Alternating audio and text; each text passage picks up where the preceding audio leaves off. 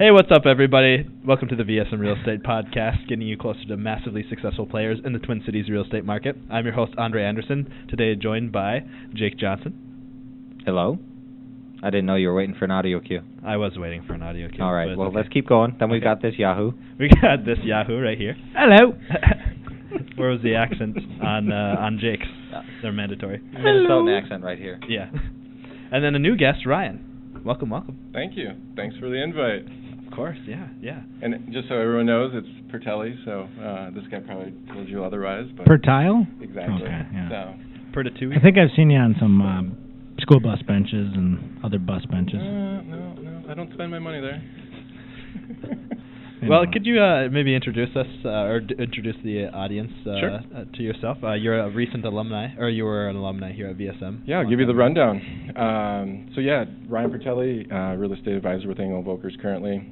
I knew Ryan Schroeder from some softball days. Yes, he was an athlete at one point in his career. So when I was getting started in real estate, he was investing in some properties, and I was looking at doing some investing of my own and just buying a couple investment properties. So hung my license here at VSM to start, and then when I actually did decide to make the move full time, I actually went across the river and was in the downtown market for a while, and that's where I met Joe, and from there, short stint to Engel Völkers, and now, it's been almost 4 years now, I think is what it's come up to. So I've been there for a while, and just plugging away, man. I mean, it's, as everyone at this table knows, the real estate game, it's a grind. So yeah, that's for sure.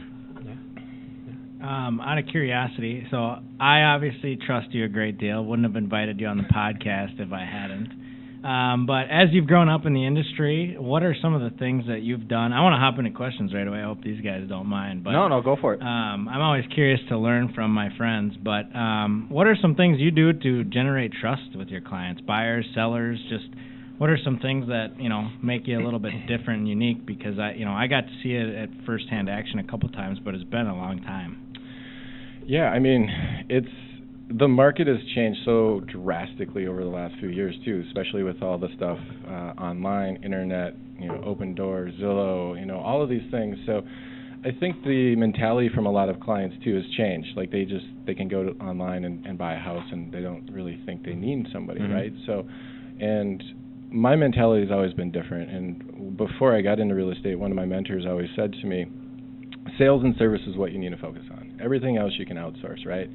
So, to your question really is really get to know them on a personal level, become friends with them. I mean, it's not a simple process, as we all know, right? And it takes a lot of time. Everyone's a little bit different where they're at in their sales cycle, or if they're selling a house to buy a house. I mean, you spend hours and hours with these folks, right? So get to know their likes, get to know, their kids, their dogs, their pets, who's in their inner circle and things too. And just be a genuine person. I mean, if you can earn their trust and their loyalty, I mean, they're going to probably be, a great client for, hopefully life. I mean, that's always been my model, is I want to be somebody's advisor for life, not just a transaction, right? So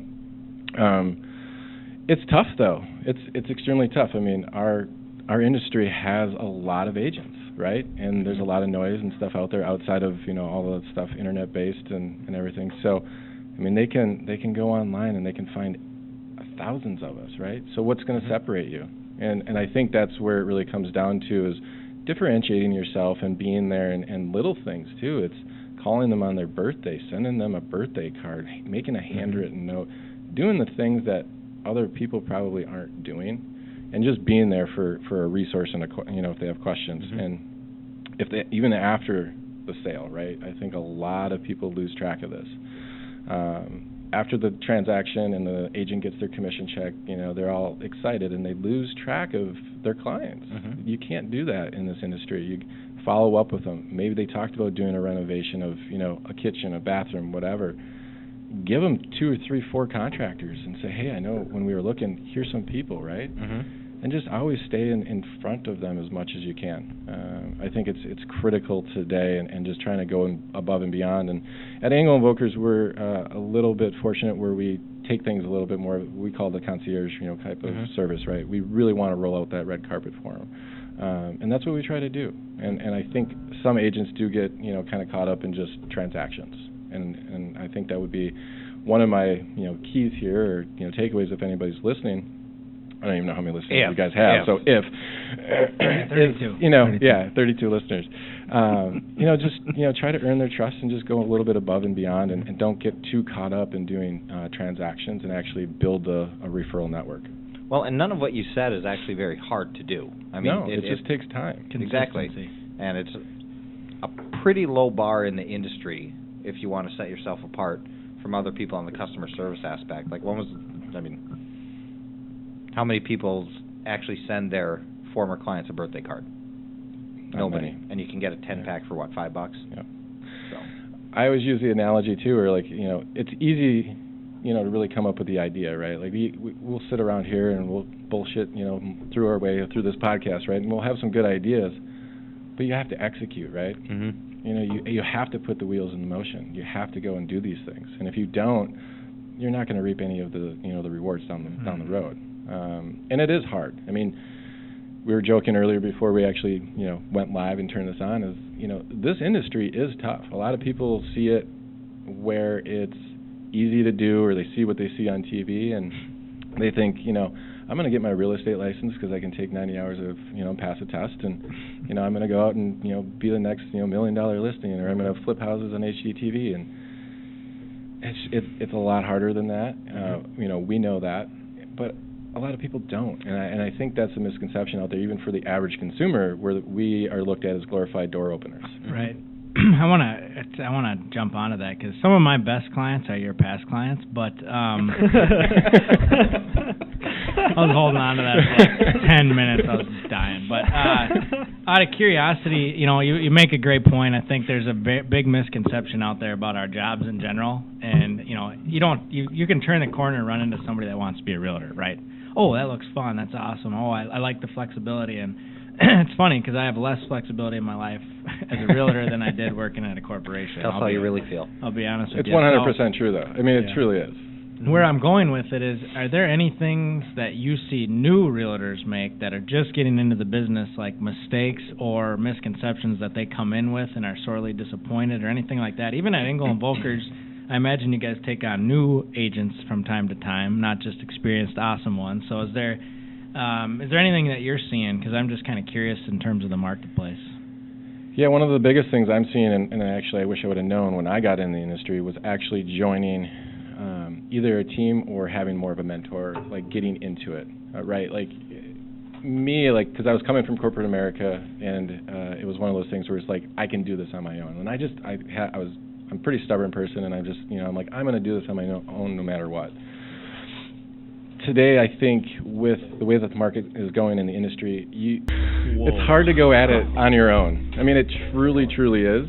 So if you're trying to come in and do all these deals, it's just hard for an individual with no experience, right? So go to your office or find a brokerage that's going to help you, get started. Going to have some mentorship, going to have some leadership, going to have some agents there, and either join a team or go to those top agents and work for them, right?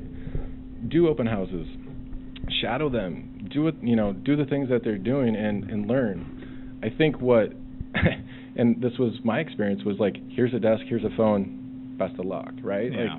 And you don't know what you don't know, but the industry's come such a long way since then. So to the question really is, if I had any advice for him, is really partner or try to find somebody out there that is going to lead you in the right direction, because I think the stat out there from Inman now is there's 70% growth in teams. So individuals that were when we were growing up, when mom and dad bought a house from a realtor, right? They were all individuals. Now they're almost all teams, and when I say teams, they don't have to be these mega teams, right? Mm-hmm. And I think there's positives and negatives to those, but I think one of the big negatives is the follow-up. I just think they're more turn and burn, right? Mm-hmm. So my take on it's always been like a Navy SEAL team. If you can get 5 or 6 awesome operators, and they don't all have to be agents, but they work really well together, you're going to be able to compete with any top individual or any top team. So, I mean, that's why they're Navy SEALs. That's why they go out and they compete against, and they fight wars, against Taliban and armies that are 10 times their size, right, and they win because they're trained better, right? So if you have that experience and you have that training, you're going to be able to succeed. So that's my take a little bit, on just the team camaraderie and team, size. I don't think it's always the biggest. That's going to be the best. It's fun to hear it because we grew up together in this business, and we kind of share the same vibes and same opinions of that too. It's like, I don't think this is a business you can just get in at a weekend class and then all of a sudden just start selling properties. You need some sort of help, and most of us that want to be successful out of college or whatever have a hard time asking for that help because, we got an A in calculus by ourselves, but the reality of it is most jobs you need help. You need help. And I would challenge everyone out there is like to figure out what you're really good at. Take an assessment or a DISC profile and understand where you're good, and then find some people that can fill those gaps where you need help, because you can't do it all. I mean, most agents, when you look at top producers too, they're good at certain things, but then they're lacking at others, and they need that help or support or assistant or whoever to help run their team efficiently. And it's just the way it's going to be. One of the mistakes a lot of people make is they think that they have to be that expert in every area, rather than understanding they can spend their time in where they're naturally good and have somebody else fill in where they're weak, and the two of them will produce twice as much. Yeah. So. Yeah, and I think, and that's just the way that the industry is going, and I think when we all grew up, it was just, you got to do it all on your own. And Joe's right, like, we grew up, very similar, getting started in the industry together, learning, like, falling down, getting back up, but, we had to learn a lot of that on our own. Like, to be completely honest, there wasn't anybody there to say, you should do this or not do this. Like, it was trial and error. So, but I still think a lot of people are going to have to do that on their own. I mean, you're going to have to figure that out. And, I mean, not that we've been doing this an extremely long time, but, like, I feel like I have, because, we have more wrinkles than when we first met. Well, you got to, you go through a lot of different scenarios, and you have a lot of different experiences, and you got to get back up quickly. Well, I can say one thing. Fail fast, right? One thing that frustrates me is there's a lot of people who, they're so worried about failing that they would rather not do anything and wait for somebody to come and tell them what is the right way for me to do this. Obviously, if you're talking about something from the legal world or whatever, you ask questions first, but get out there and make a mess, and then somebody will come in and help you. Like, if an agent came on the team tomorrow and they went out there and they're like, Joe, I just signed 12 sets of contracts, I have no idea what the hell I'm doing, I'm kind of swamped, you'd probably drop what you got going on and help them with their contracts. Oh, yeah. For 12 of them? Yeah. I'll make the time. Maybe 9 minimum, but no, of course. Yeah, so, you need help. Even thinking about, our relationship and relationships we have with other agents, that can be helpful too. Even the venting piece of it, right? Hey, man, I had a rough day today, which I did, and it's like, you got to be able to tell somebody and not take it home, internalize it, and drink yourself stupid. Well, one of the things, though, that, I learned early, too, though, was, don't do that. Know the neighborhoods, know the market you want to be in, and try not to do everything. I mean, when you first get started, you get so caught up in, I have a friend, they want to buy, and they want to buy in Hugo or, Eden Prairie. I don't know the first thing about it, but I'm going to show them everything, right? And you're just running around. I thought you were the Hugo expert, actually, yeah. But you run around. Know your market, and that was one of probably the best things I did for the first 3 weeks when I was in downtown. Like, I went to every single building just to understand the inventory out there and where the amenities were, pricing per square foot, what side of the buildings, the O stacks were, or the ones that, just knowing your inventory and knowing that. And then when new inventory comes, like, you're just, it, right? But there's so many people out there that are not specializing in a marketplace, and I'm guilty as everyone, because sometimes you're like, great, like, I've got a client, now let's go show them, and all of a sudden they start running you all over the place, and that can also suck you just the energy and everything out of you. So getting started, it's tough, but then you really need to start to, I think, what we like to refer to as sub-market specialize. Find that market you want to be in, whether it's the market you live in, You don't even have to live there. As long as you are knowledgeable and you can speak. Like if somebody called and they had a question about it, like you could answer it versus like I'm going to get back to you. Yep. So, and I think that's extremely important. Knowing the inventory, just even if it's St. Paul, right? Like what came on the market today. So if you had a client that called and said, hey, anything new that I should know about, like yeah, there's this great, one bedroom that just came up. I know it's only a one bedroom. You're looking for two, but it might be something, whatever it is. But know it, not just like, oh, I'll get back to you type. Like you need to know those things.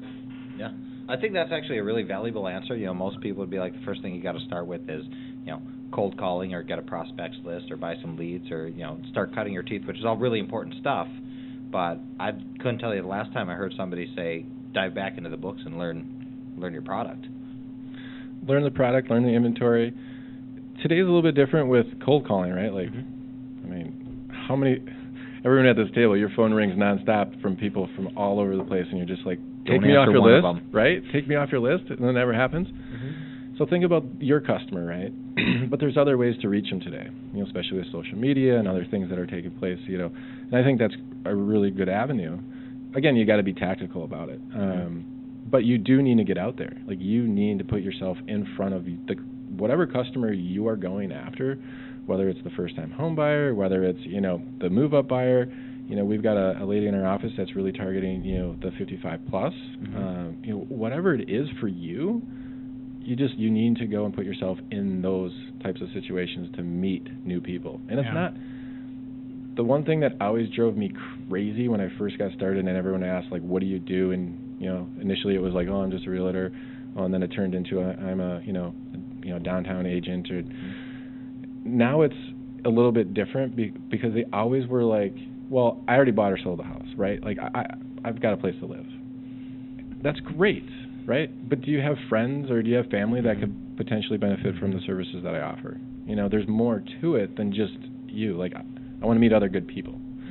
So it's not just looking at that person as a lead or like, oh, I want to sell that person a house. It's like, well, no, like I want to build a relationship with you, and if you like me and you think I offer a good service, will you give my name out to your friends if they ever ask about needing somebody in this field? That's how you build your business, on people that you like too. If you're liking and everybody has a good experience and you had a good experience, you keep growing from that. I was thinking about, that gal that you said that's focusing on 55 plus people. And what I think about that is like, let's just say you don't focus on an age group, right? I think you have to find a way to empathize with people and find a way to be in their position even though you're not. So if you're going to work with somebody who's 60 years old, understand that they may want to move this. They've been in this house for 30 years. They may want to move a little bit slower than your 25-year-olds that are having a kid and want to get a house real fast before the baby comes. They're in a way different situation. And so if you go in both situations the same way and you move slow with the guys that want to have a baby and move into the next big house, they're going to be upset. And if you move fast with the older person who's been in the house for 30 years and having a hard time selling, they're going to get upset. So understanding your audience, too, I think is critical. And if you do specialize in an audience, then it kind of can be consistent. But I can't tell you like how different it is working with a first-time investor that's 20 years old and got $1 million inheritance versus a seller that's 65 and their husband is in assisted living and we're trying to sell their house so she can buy a house in cash. It's a way different scenario, and I think oftentimes what I see missed is everybody treats the situation the same way regardless, and I just think that short sells people and it puts them in an uncomfortable stage, So. Yeah. I would agree. I mean, I totally would, and you have to know that. And I think the hard part, too, is sometimes just finding the next person that can help that person, right? Like, we all know people that would probably be able to help them better than us. Like, and that's why I go back to the disc profiler and knowing your traits. Like, if you're just at a faster pace and you know this person is going to take them 3 months to move out of their house, even after they get an accepted contract, maybe they do a leaseback, whatever the case, but it's going to take them, because they have 30 years of memories, you would be doing that client a disservice if you took it on and you knew you weren't going to be able to. Like, you could help them maybe, right? But to the fullest of the capabilities. And I think that's a hard thing for people to realize and give that up because they want 100% of the deal. And sometimes it's just recognizing that and saying, there's somebody else better out there to, But that's where you build character and brand loyalty. because and people and recognize relationships that. with other agents though too. Like, you don't have to refer it with inside of the brokerage, right? I mean, we all have license, so, and that's one of the biggest misconceptions out there, right? Like, why would you refer to a competitor? Because they're the expert in that field or whatever it is, right? So I think you just got to be, aware of those things and who you want to help. And maybe an age demographic isn't it, but even if it's just a certain territory, you got to know that. No, I've done that in property management where people would come with, like types of properties that we don't traditionally cater to. It's like, yeah, we could do it, but we're going to do a B- service because it's not our bread and butter. Whereas this company, they specialize in that. Why don't you go over there, have a good experience, and you won't bash me on the internet. Well, so I was going to bring that up. You get one reputation in this industry, and it takes one bad review, and I mean, people see that, right? So you don't want to half-ass it, even if you don't have experience and you need somebody. That's why, like I said earlier, find the experts in your office or the agents in your office and kind of partner with them. And because if you do a half-ass job, they're going to tell their friends, and you're never going to get any of their friends' business, right? We work so hard, not just to get a client, but retain a client, and to do that transaction, because most people don't realize how long that takes, right? I mean, it's tough inventory out there. I mean, let's be honest, right? It's still tight. Yep. So, I mean, how long is it taking buyers under 300 or around 300 to find something? How many times are they losing out?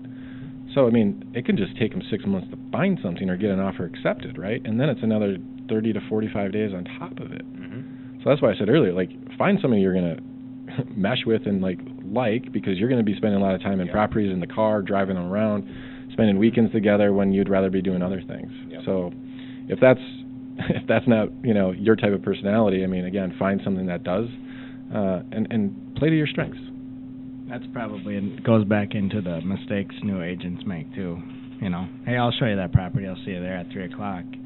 And then you show them a property and boom, it's gone. Now it's good to get in front of them. Get in front of them. I'll show you that property. But I like to take a step back and be like, hey, can we grab a cup of coffee at Caribou afterwards? Because then you can get to know people, to your point, and you get to feel like, oh, okay, I know what they actually want now versus I saw one property with them. Well, we get excited, right? Yeah. You get that call, and they want to go see something at 3 o'clock, and you're like, I've got nothing else going on. Of course I'm going to go show you the property.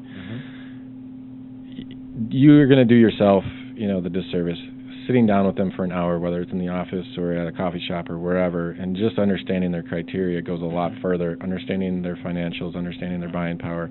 So when the time does come, versus just running around, because most likely when you just go show them that property, they're going to do the next thing or do the same thing to the next agent and just call Zillow or call, whatever website they're on and come show this at 3 o'clock. And they're just going to keep turning through people until they find something, right? When you can sit down with them and actually lay out, hey, this is what, kind of what to expect, expectations, going through all of that, I think that goes a lot further. And that is a big mistake people make early on. Guilty as everyone. I mean, you get that call and you get excited. So you're thinking 3 o'clock, already. I'll be there at 2. Yeah, you're already thinking 4 steps ahead. Like, okay, if they like it, like, do I bring the purchase agreement or not? Like, do I have them sign it there? Like, I did that so many times starting out. Like you're just filling it out on the hood of your car. No, on the countertop. Wah, wah. Oh, you don't want to write on it? Okay. I'll burn the purchase agreement I have in my car. So where's the market going? President? I'm not just the president, I'm a member. Is that a thing? I don't know, but you're way too far away from your microphone. Your quippy joke was lost to the interwebs. I'll quippy your joke. I get asked this question all the time. I know you do too. And it's just one of those things where for the last 3 years, really since I got into this business 5, 6 years, 7 years ago, got my license, I've always thought 2020 was kind of the crux, right? I thought inflection point 2020, this is when things might change.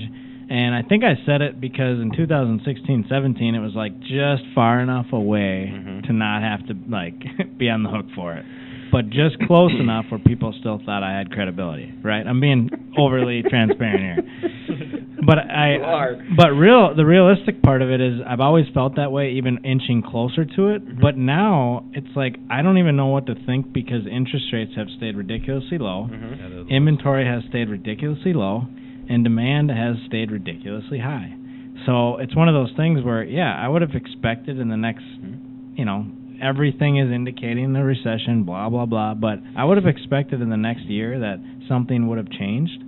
But I'm just not seeing that from a demand standpoint, an inventory standpoint, and everything else. So I don't really know what to say except for I still think there's something going to be adjusted in the next 18 months. I'm shortening that window now. I don't think it's a crash and burn. No. I don't think people are going to be screwed. But it will be an adjustment. It'll be different than 2008, and people will equate it to 2008 and freak out and overreact and those types of things. But there has to be an adjustment. It's the thing about 2008 is it's so close to everyone. So that's what they remember, right? They remember their parents losing, money out of the 401k, equity in the house, all of that, right? Like it's what's recent. I don't know if you guys read or stay with Keeping Current Matters, or I know we used to, but they did the study. If you look back at the last 5 recessions, housing actually went up 3. One time it was flat, and then the last time in 2008 when it was drastically down. There's very specific reasons. Very specific reasons. Yeah. And everyone always just remembers, they hear the recession word, the R word, and they just they clam up and they're like, oh my gosh, like it's a cycle every 10 years.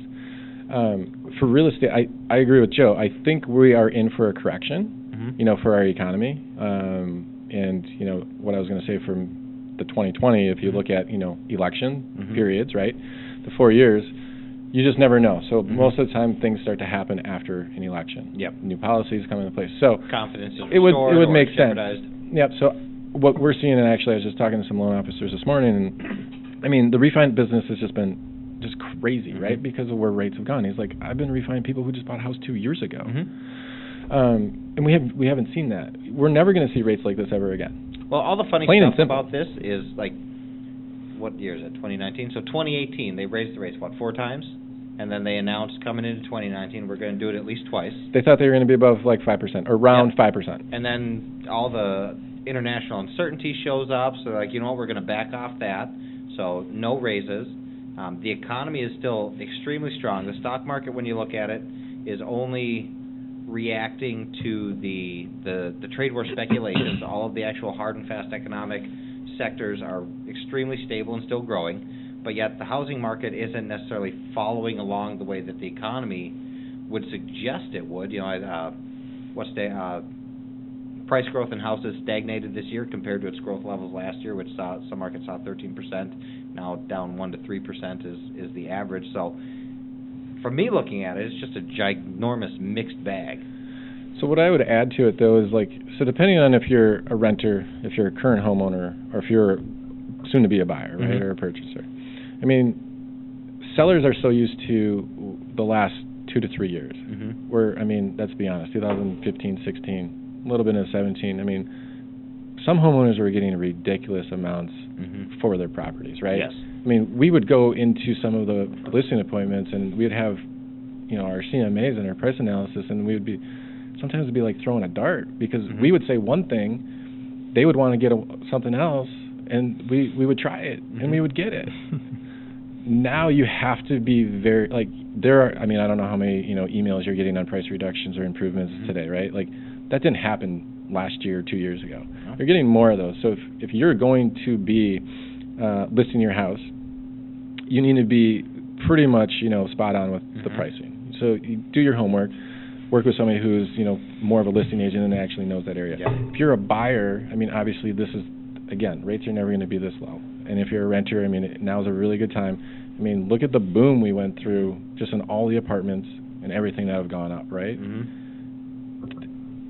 I'm seeing free parking, free 1 month rent for free in some of these big buildings. What does that tell you? They can't occupy it. They're not getting enough renters, so they're trying to get people in there because more people are looking at. It just makes more sense for me to buy, and if they lock in for 30 years, just had that conversation with somebody this past weekend. We went from looking at a 2,000 square foot home to a 3,500 square foot home. Because their logic was, Ryan, we can buy something in, the 2,000 square foot range, but we'll need something bigger in like 3 to 5 years. Mm-hmm. At where the rates are, and we can afford it, and we're 20% down. Yep. We're going to just skip the first time home, and we're going to look at just going to a house that we're going to be in for 10 to 15 years. Why didn't you refer them to me? You went to one of them. They're not in your territory. Well, I mean, but to your point, when is the next time in, our lifetimes or ever that you're going to see in a growing, strong economy them cut interest rates again? It's, 3.75 or 3.6 is... Yeah. Joe, when you bought your first house, what was the interest rate? 3.5. Oh, well, you're not a good market. I'm at 2.9 now. So I'm not the greatest study. Mine was like 6 3/4, and I thought that was good. And I Maple Grove? Yeah. And I talked to my folks at the time, and they're like, that's awesome. Like, we bought in the teens. So I'm sitting there, and not to date myself, right? I'm not that old, but, I'm sitting there going, wow. 41 is old, dude. 40. I haven't broke 40 yet. But you're just sitting there going, wow, they bought in the teens. Like, I'm getting a hell of a deal. Right. But then you start to see them still going lower, and it's just like, I wish we all had that magic, crystal ball that you could just, see. But, rates are not going to, and even if rates do start to go up, we're talking minimal, right? Like, you can get into a nice house and lock that thing in, and you can be set. Well, right? There's still a long way to go of reasonable rates. Like, it can go up a lot before it starts getting to the 1980s, early 90s, what the hell are you doing type rates. And I don't think we'll really see those. Hopefully. Not in my lifetime, but...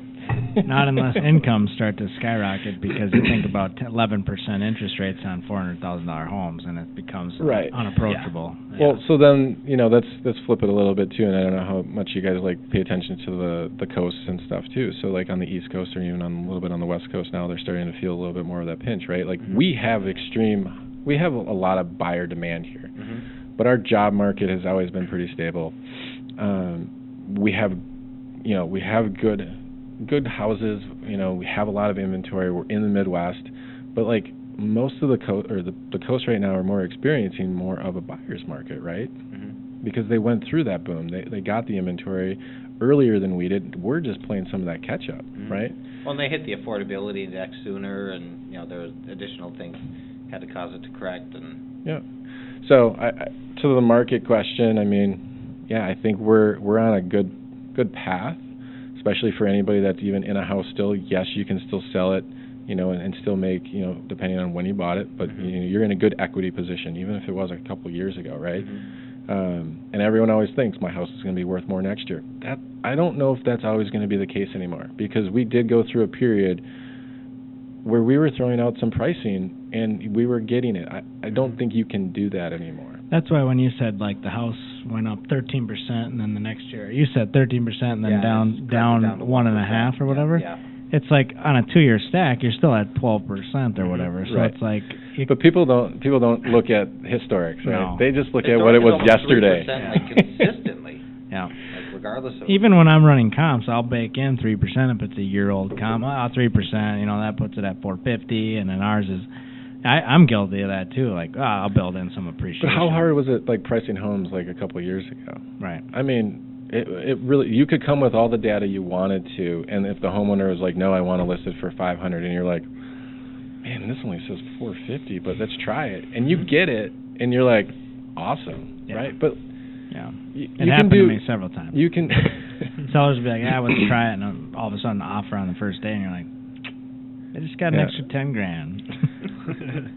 But I think now you really have to be strategic. Yeah, those days I think are over. The demand is still there. We still have a ton of. I did this a few weeks ago, and it was staggering to me when I looked at it. So under 500,000 in the 16 county metro, under 500,000 we have 1.5 months of inventory. Once you go above $500,000, it's 5.5 months. So to that point, though, where some people where they can move up, again, you're going to probably be able to negotiate because there's more inventory, right? Yep. Find something that you're going to, and if you have a house, you're probably, because people are like, well, I might sell high and buy high. That's not the case right now, and people need to know that. And I don't think people are realizing that. So people that are moving up into a house with rates being as low as they are, and what you can get, they're selling high, and they're also probably getting a little bit of a deal because there's 5.5 months supply of inventory above $500,000. When you look at negotiating position plus total cost factoring and all financing and everything, you're actually kind of buying high, or selling high, buying medium. Yeah, market value. Yep. I mean, but most people are like, oh, I can buy or sell high, and I can I'll buy high. That's okay. And I tell them no, like it's fair market value.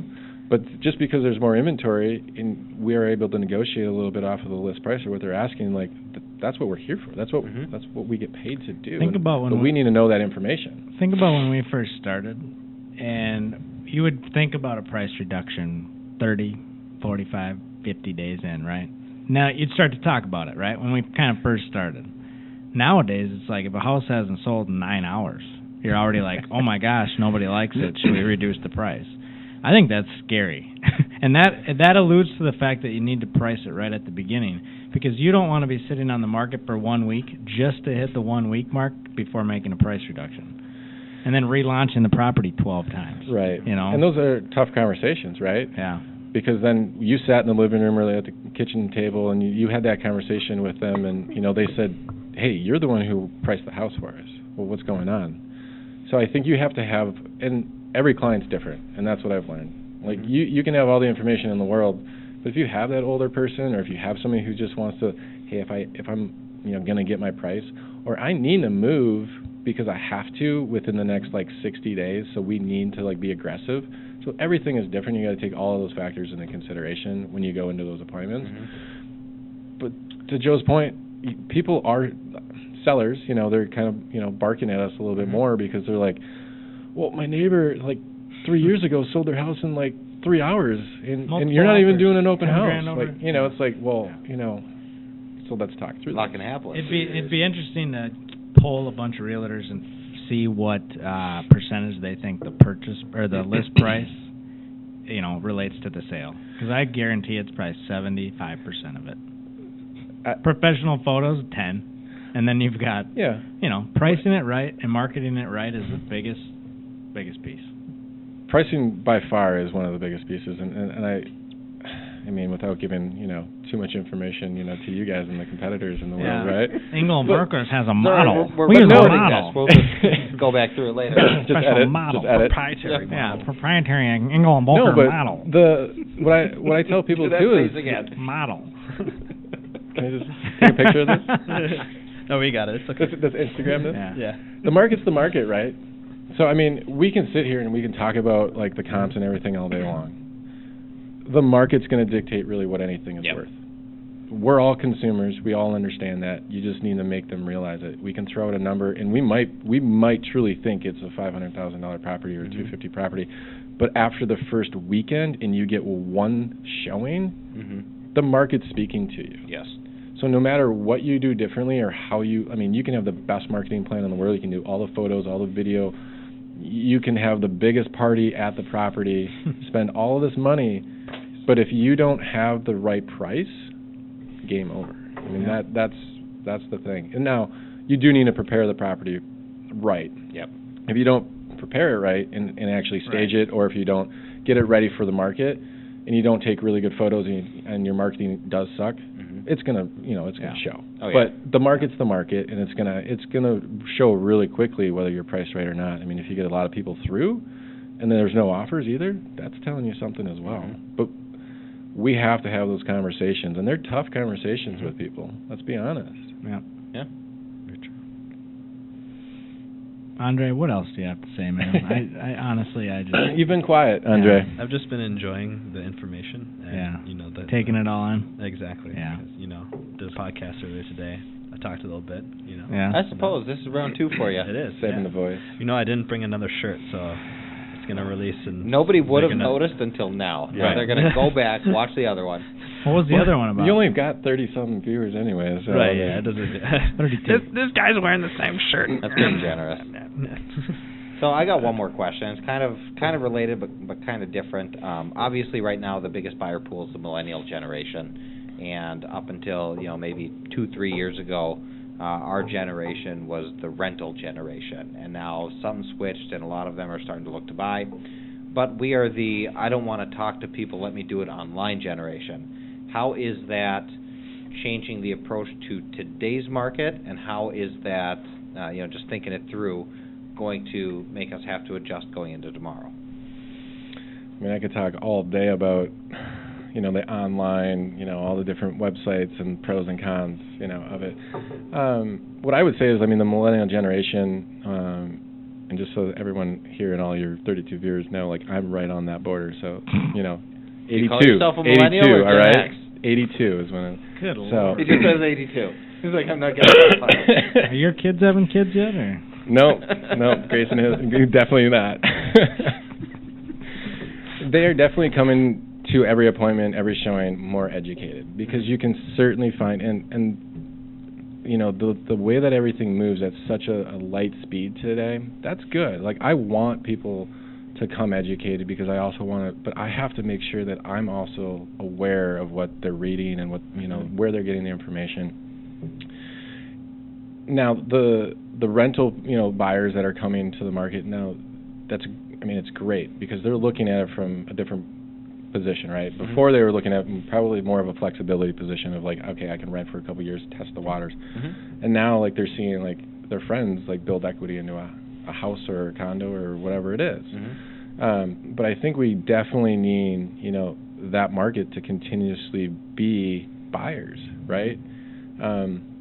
What we need more inventory of, are those people who are moving up or downsizing or right-sizing, or they're going into townhomes or condos or the senior, communities, right? We need that inventory, because it takes 8, 9, 10 months to build anything. Even the national builders, and now look at the supply, of materials. I just finished a new construction, and we were delayed because of materials. That's going to continuously happen, especially what's going on politically. So, yeah, anything that comes from China is going to cost you another 25%. We need that inventory, but where a lot of that pent-up demand is that demographic, right? It's the millennials that are looking to be purchasers. Yeah, I find they ask a lot more loaded questions. They know the answers to them, because, to your point, the data's they come out educated, there. right? Yeah, they come educated. Your own medicine? What's that? You're getting your own medicine? Yeah, a little bit. So, but what I think that does is it makes us make sure we're on our game too, right? You don't want to go in there and get outdone by somebody who's not doing your job. Right, they just Googled a few times and they left you in the dust. Right, and I also think it can't, just like an older person who has a ton of experience selling and buying real estate, you can't let them bully you into changing your mind either. If you have an opinion on a property and it doesn't align with the article they read in the New York Times, you can share it, because everything you read out there does not apply to every submarket in Minneapolis and St. Paul.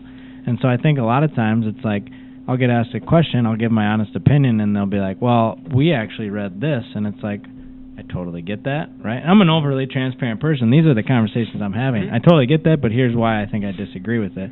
And they totally get that, too. So I think having honest conversations, regardless of millennials or anything like that, is helpful. But what I've seen from them is the same thing Ryan is they come more educated, they ask more questions, and they're sometimes can be a little bit more impatient. They want to get into a property, at 2 o'clock, they want to get in at 3 o'clock.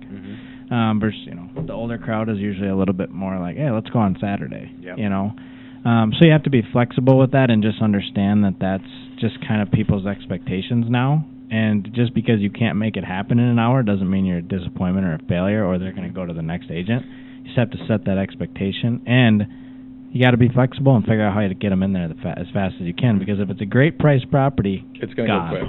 Well, and that generation is also growing up with everything that's app-based, right? Yeah. Whether it's getting your food, whether it's getting a cab, whether it's the Uber, everything is so instant. Yeah, where we grew up, went to college and then barely, a cell phone, a Nokia, where it was T9 or whatever it was that called, was right? indestructible. Right. You could put it through the microwave. So you grew up in Wisconsin. We still had cell phones. It's not Iowa. They came out 2 years ago. I was going to say.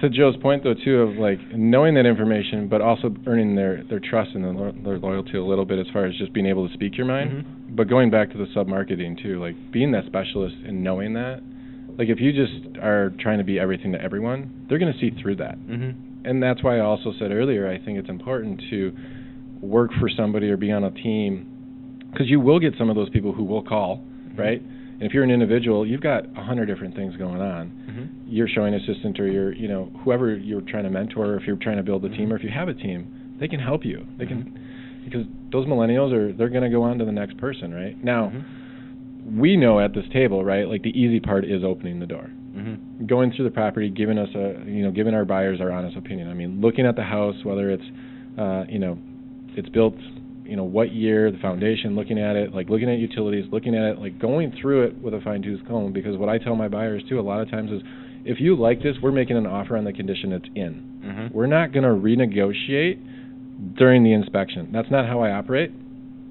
And I want to make sure we see this place. If you like it, if you walk in and you know it's not for you, fine. But if you actually like it, let's spend some time here. Because we want to make sure, because if it's priced right, you only probably have an hour to really look at it. And then if you are literally going to be like, well, I'm going to sleep on it, guess what? Somebody else is sleeping in it. No, we're in the market right now, and I like couldn't tell you 4 months ago how many times we'd be at our showing, and I would get a text message saying highest and best by 5. Well, it's 4:30 right now. Like, let me hotspot this. And that's let me pull over here. That's tough. That makes it extremely, extremely difficult for the agents out there. It's a bad experience. But it's a bad experience for your clients, mainly, right? Because that's what they think, every time that they go and put in an offer, then it's going to be the exact same thing. And I think where the market is going a little bit too is properties will be on the market a little bit longer here in the near future. And I think that's a good thing. Now, sellers will be like, well, that's not going to, create as much buzz, and, you're not going to get as much demand. And you can still do a lot of things, but it's going to give the buyer who's buying that property time to think about it. I mean, we're talking hundreds of thousands of dollars to go into a property and look at it for maybe 1 hour and make a decision. Inspection 1 hour, and then right? boom, 2 hours. So backing up a little bit, having an hour consultation with these people and laying out all the expectations on the front end actually saves you time. I can't tell you how many times some people are like, I don't have time to sit down with you for an hour. I just want to go see this. And honestly, my answer now is, then we're not the right fit for one another, and I'm okay with that. Because you know what's going to happen is they're going to keep doing this over and over, and they're going to suck more time out of me and the clients that I actually owe that time to. So if you can spend that hour with them and just lay out expectations, I promise any new agent or even agents that have gotten away from this over the years, because it is such a fast pace, you're gonna make that up in the back end. And that's important, because again, we go back to just being a professional, having the service, providing value to these people. Like I said, the easiest part is, and we joke a little bit, I'm sure you guys do too, opening the door and putting photos up on the internet and taking the photos and putting a sign in the yard. Those are the easy things, right? Really, where our job starts is from when that purchase agreement is signed to the closing. I can't tell you how many times we have to become problem solvers, and people look at us after the closing too. Even after the closing, sometimes it does happen.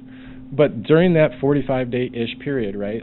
How many times do you get thrown a curveball? Whether it's from the lender, whether it's from the appraisal, whether it's from your buyer, whether it's from the seller, there's CIC, whatever the case may be, right? A lot of times clients don't see that. I don't, unless they need to be involved with it. That's part of your job. Shield them from the bullshit. You don't need to vomit all over them with everything, right? That is your job. But they don't see that. The general public doesn't see it. And the persona out there is that, again, we just open closed doors and, you have access to a lockbox. That's all you do. But no, there's more to it. So showing that value, but showing your expertise in the neighborhood, understanding that, being, cognizant of the millennial market, where they're reading, where they're getting their information, and ask them. I don't pretend like I know everything. I'm sure you guys don't either. If you don't know, you can find the answer. So right? were you bored with this wisdom, or did you learn it through the trial of hard knocks? Well, trial of hard knocks is definitely the route that I had to go. So, no, this industry, like my one regret is I only wish I would have did this sooner, because I worked in corporate America for a long time. I love the company that I worked for, learned a lot from them. They're still mentors today. But really what drove me was, like, I was covering 22 states out on the East Coast, and I was traveling a lot, and then I was getting married, you know, to Lisa, and like I couldn't do it anymore. I was just living out of a suitcase. And like I said, was friends with Ryan, and he was, you know, doing well for himself, and I was like, I need to make a change. But learning, right, and not pretending like you know everything. I mean, you have to fail. So we gave him a chance, and he just ditched us when the time was right. Unbelievable. It's funny how you make your way here where I started. Following in your footsteps is kind of my MO, you know. Well, didn't you already say you just pick up all his former clients? Yeah. No. They don't leave me. But no, this is good information, you know, and thank you, Joe, and thank you, you know, for everyone for, you know, having this. But I think it's just important for people to get real information. Yeah. And that's one of my biggest things, and I tell people all the time, like, there's only so many families that I'm going to be able to help throughout the year. But if I can help you with providing the right information, that's a win for me. And sometimes it's just, you know, again, going back to empathy, doing the right thing is always the right thing, and not expecting anything in return. You know, I do listen to a lot of podcasts. I used to read a lot. Now it's audio, you know, books on audio, because you're in the car a lot more. Oh, yeah. When Lisa can't read to you anymore, it's very hard. Hey, they got speakerphone. She's definitely not going to be listening to this podcast now. Just give her a call. Guys, will you read chapter 3 to me today? But you honestly have to put the clients first, and you have to do what's right by them. And, you know, whether it's, you know, Gary Vee or whatever, like, I love some of his stuff, like, in the wine business, when somebody would order something from him, and it was, you know, Thanksgiving, and the wrong wine was shipped. Literally, he got in his car, and it was a blizzard, whether it was or not, and, like, he made, you know, the stories better. But he drove it there. Somebody drove it there. Free of charge, right?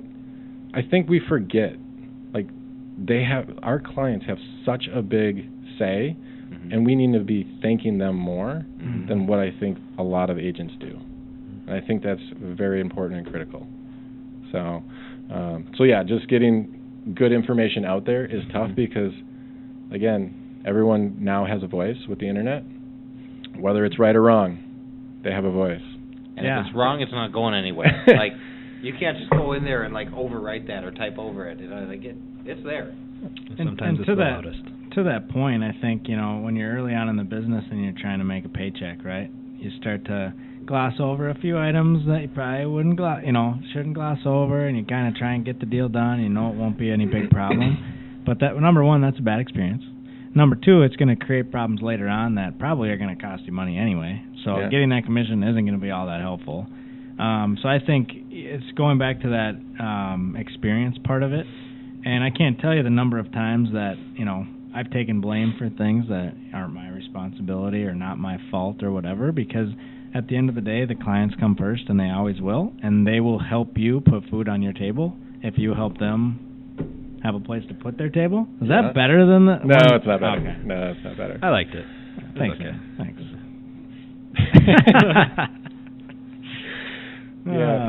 No, not better. No, but we appreciate you coming on. Seriously, it's always good to hear different perspectives, and we'll have you on again. And Engel and Völkers, I respect the hell out of. You got some great people over there. My good buddy Spencer's over there too. But Spencer's over there. Seriously, yeah, great group of people, and you know, we're aspiring to be just like them. Two things, better than. Two things that I would leave your audience of 32 with, right? 33. 33. We got one more. 3,300 now. Is this one up? Yep. Yeah. We'll pay for one if they don't come organic.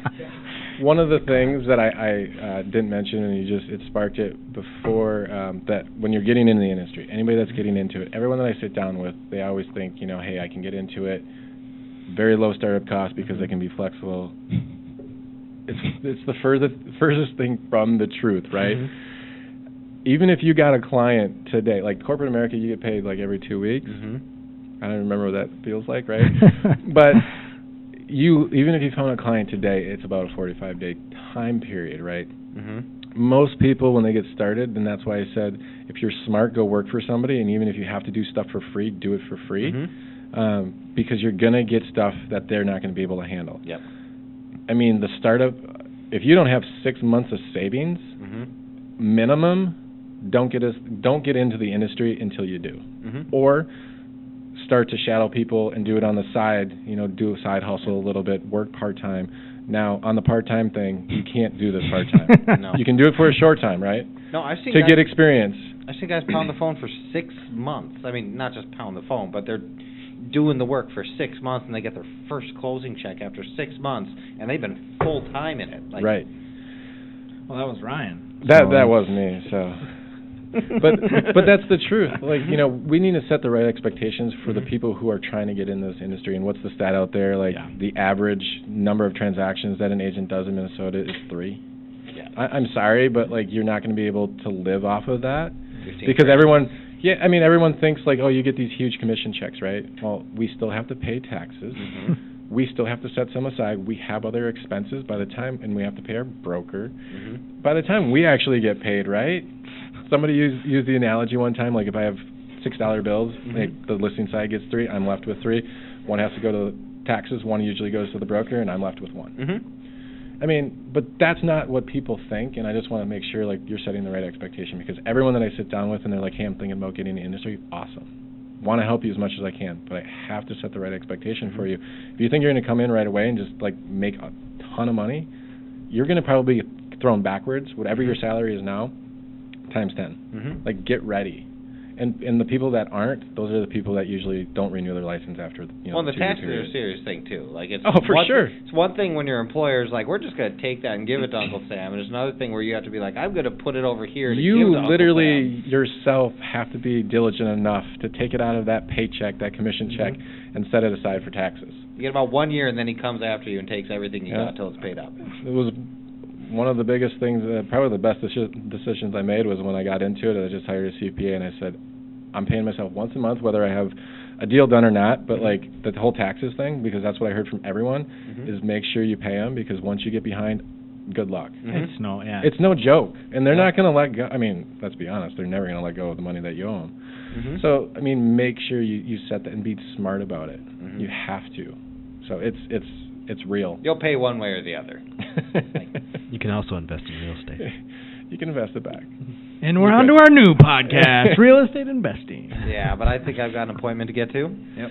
Well, thank you, guys. Yeah. Thank you for joining us, everybody. Absolutely. Yeah, we'll definitely do this again. Yeah. Thank you for joining, everybody.